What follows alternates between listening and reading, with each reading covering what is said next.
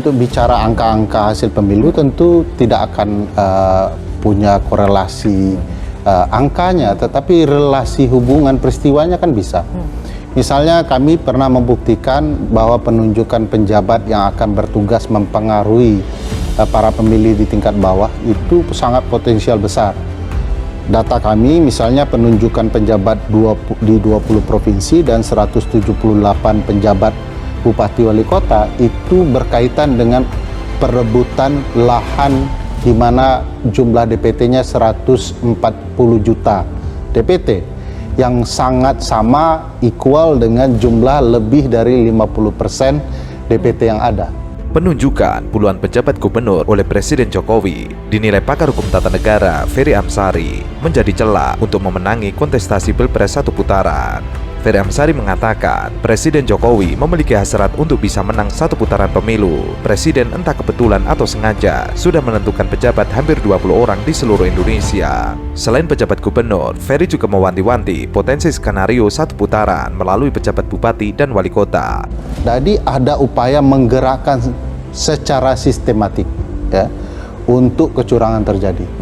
Dan itu dugaan yang bukan tanpa dasar ya.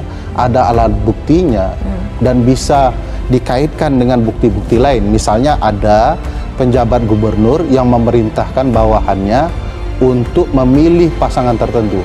Dalam bukti kami disebut eksplisit 02. Penjabat bupati juga memerintahkan 02. Ada misalnya keterlibatan gubernur, bupati, wali kota yang mengarahkan kepada capres tertentu. Kami juga punya bukti kepala desa yang memerintahkan orang-orang untuk memilih pasangan 02.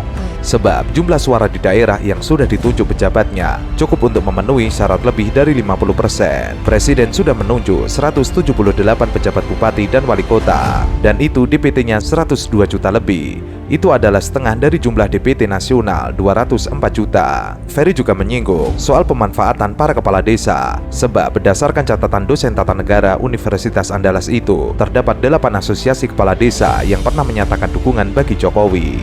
Jadi ini relasi yang luar biasa. Kalau ini saja sudah rusak, sebenarnya kita sudah tidak perlu memperdebatkan angka-angka hasil, karena angka-angka hasil itu dihasilkan dari proses yang tidak sah. Oleh karena itu ya tidak sah itu angka. Tapi di MK tentu ini tidak bisa berdiri sendiri, semua harus dijelaskan korelasinya. Angka hasil itu timbul dari kejahatan seperti apa, dan bagaimana kejahatan dan kecurangan pemilu direkayasa sedemikian rupa yang melibatkan struktur. Jadi MK tidak bisa hanya sekedar matematis tuh di angka terakhir.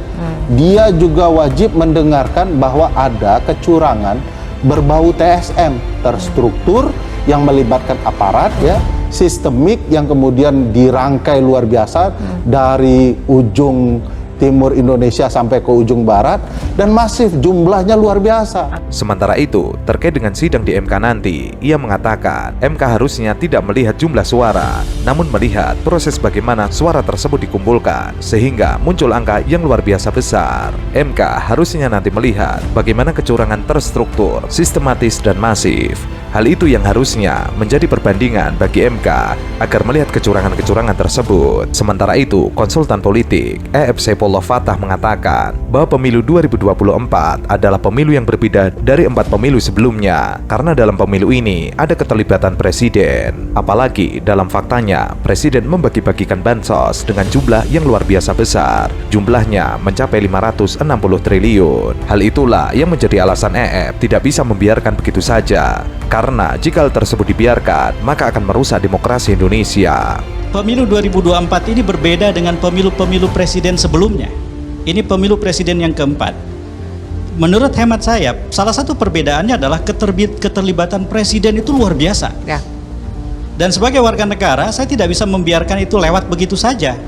Saya misalnya mengutip data dari Litbang Kompas misalnya ya, tentang berapa besaran berbagai kegiatan bantuan sosial yang dikeluarkan sepanjang 4 pemilu terakhir. Itu angkanya luar biasa. Pemilu 2009, tahun 2009, angkanya 17,7 triliun. 2014 naik jadi 78,3 triliun. 2019 naik jadi 194,76 triliun. Pemilu kali ini 560,36 triliun. Artinya? Menjelang pemilu dan selama pemilu. Ya. Artinya bantuan sosial menjadi instrumen yang akan berhimpitan dengan kerja elektoral. Kalau kemudian ini dibiarkan, ini akan menjadi sesuatu yang tidak sehat dalam demokrasi Indonesia.